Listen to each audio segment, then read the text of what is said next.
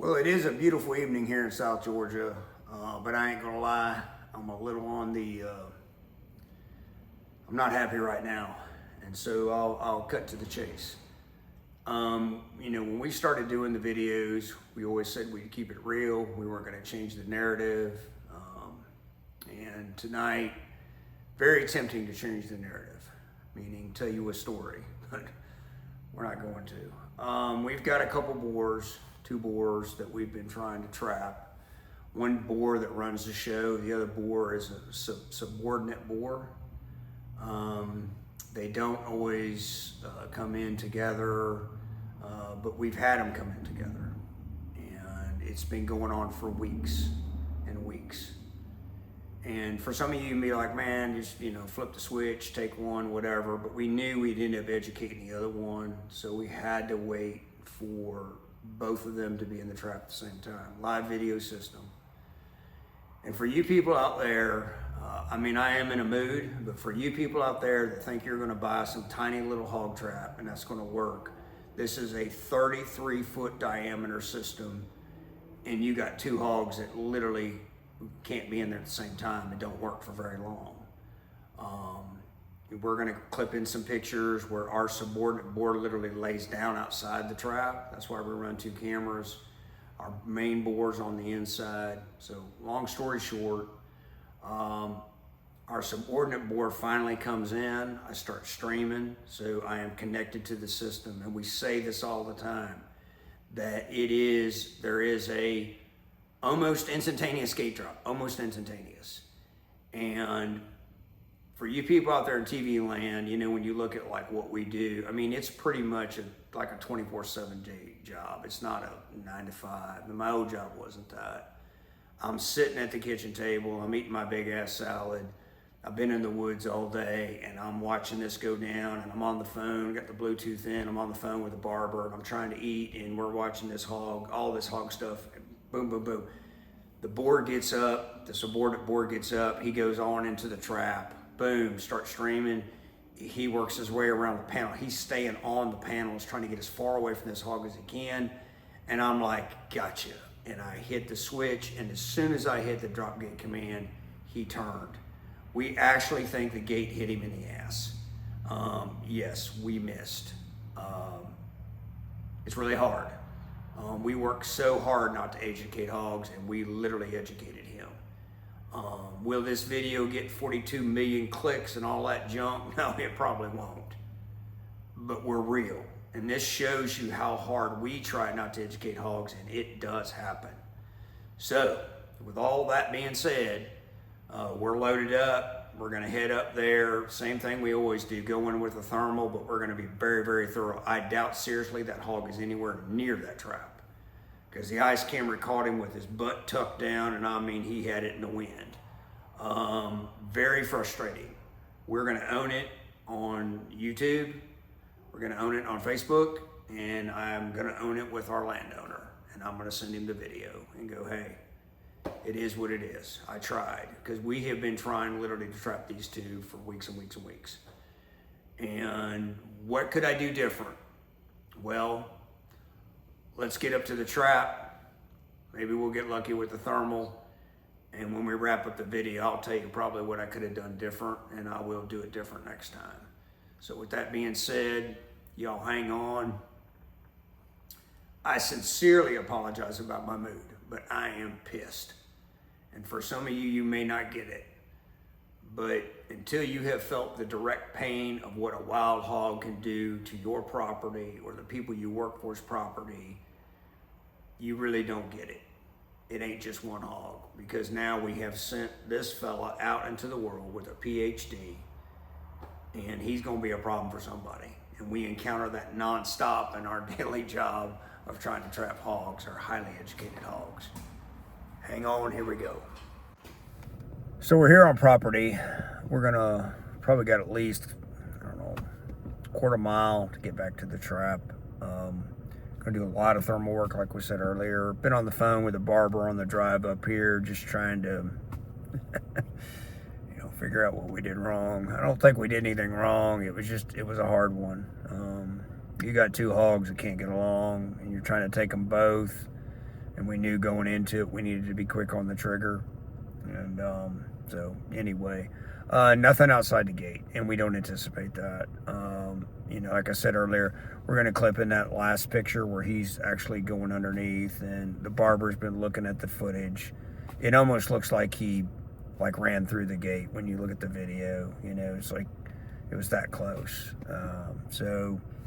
But anyway, beautiful night here in South Georgia. About 60 degrees, so another 10 degrees, I'm gonna get cranky. But we're gonna ease on down in here. I'm running solo, no big deal, and just gonna do a lot of thermal work. I can't stress that enough. If the wind's right, I'm gonna sit up on that trap.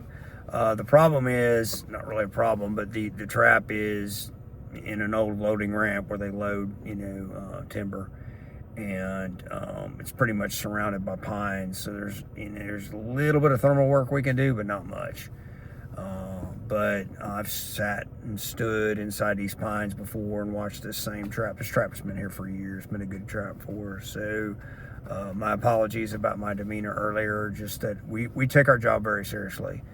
And this doesn't sit well with a lot of people when I say this, but the reason we have a hog problem is because of humans, not the hogs. If people are trapped proactively and intelligently trapped, you can manage these creatures, and I truly believe that. It takes a hell of a lot of work to do it, but we deal with it nonstop every day. 22 systems, 2 states, educated hogs. And it really hurts, you know, for us to contribute to that program. It kind of goes against everything that we're trying to do. So I'm going to shut up and get on that thermal, and hopefully, cross your fingers, hopefully we can make up for this mistake. Hang on. All right, we're right here at the trap. You can kind of see the opening for the loading ramp. He's actually bedded down in the trap, and we've been up here scanning for 20 minutes.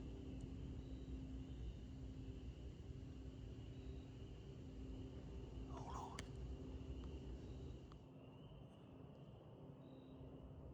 Alright.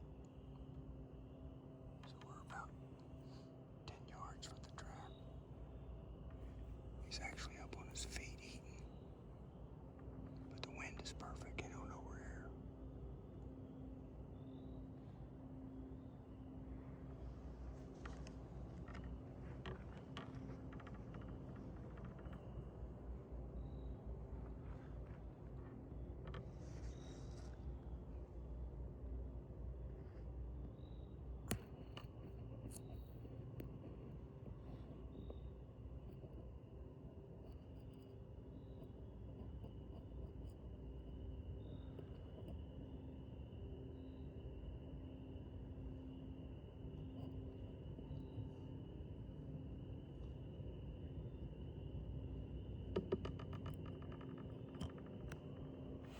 Here we go. He's on to me. Oh yeah.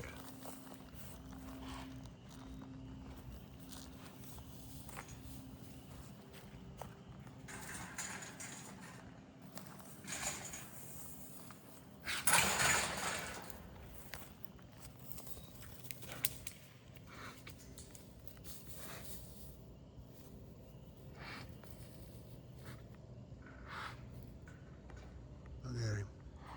Hey fella. We're gonna go ahead and put him down. He's amped up. So he went down pretty smooth, to be honest. Did not like that behavior. When you see hogs, you know, standing up like that, when I see hogs going around the bottom of panels and they're trying to pop them, generally that's a hog, most likely in our opinion, that has been trapped before, but in some type of trap that has, you know, short panels or something.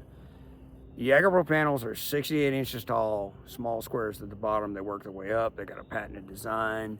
We've never had a hog crawl over a panel. We say it all the time, respond quickly to these traps. Why? Number one, humane. Let's get this program over with and move on and get on to the next group. 2, if you leave them in here and other hogs walk up, you just educated them hogs there you go. Kind of defeats the whole purpose of what you're trying to do. 3, and they don't necessarily have to be in that order, but 3, if you leave them in here, they're Houdinis. They're very, very intelligent creatures. And not far from here, I know someone who left a hog in a trap all night long. Wasn't a Jager Pro trap. It's one of the other traps that's out there, and it has a camera on it. And after about 8 hours, that big boy said, you know what, I had enough, I'm out. And literally just crawled right over the panels and went out. Again, it was not a Jager Pro. My point to that person was, you left them in there too long. You should have responded as soon as that gate dropped, or whatever the mechanism was that made the enclosure work. Get in there, take care of them. So I'm gonna give you some footage of him. Did not see anything coming in. Had a couple deer down off here in the pines I could see, had an armadillo. I didn't expect to see this guy. I really didn't. The guy that got hit in the butt with the gate. And we're pretty confident that's what happened. Even when you look at like right where the gate dropped, where all the pine straw's at, it's all jacked up there. Like, I mean, like he almost slid underneath it. So let's give you some footage of him. We're gonna buzz back, get the big four-wheeler, reset the system. And we actually had a group in here about a month ago, 6 weeks ago. 14 hogs. They were in here one night, never saw them again. And then we've seen a couple pregnant sows pop their heads in. But we are highly suspicious that this fella here does not play well with anybody. And he was kind of running the roost here. So even though we had not a good night here, honestly, getting him out of the equation may open this door up.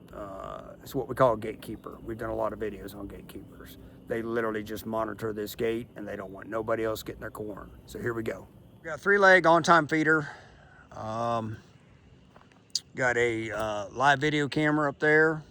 12-panel Jager Pro. You will not see us run anything under 12 panels. Ain't gonna happen. Perfect trap, in our opinion, would be 18 panels. It is the second gate Jager Pro came out with. Perfectly great gate. We've got a lot of these gates and it's done really, really well for us. So you'll see our big boy over here.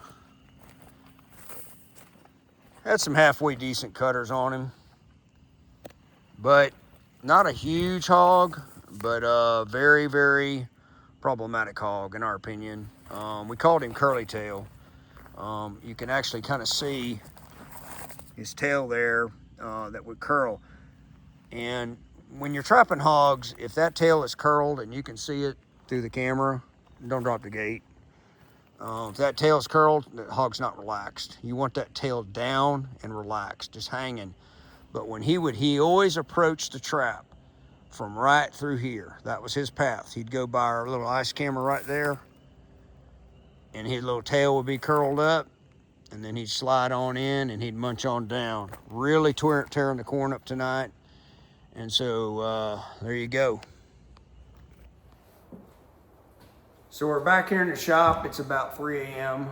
I don't know what to tell you. We just very frustrated. We're hoping that, you know, the boar that blew out of there, like his ass was on fire, that he thinks it was that boar coming after him. And that happens a lot with those two in that trap. Now that we've watched them for weeks and weeks, we kind of know the patterns. We don't know if the gate caught him, meaning hit him in the back, hit him in the butt, we don't know.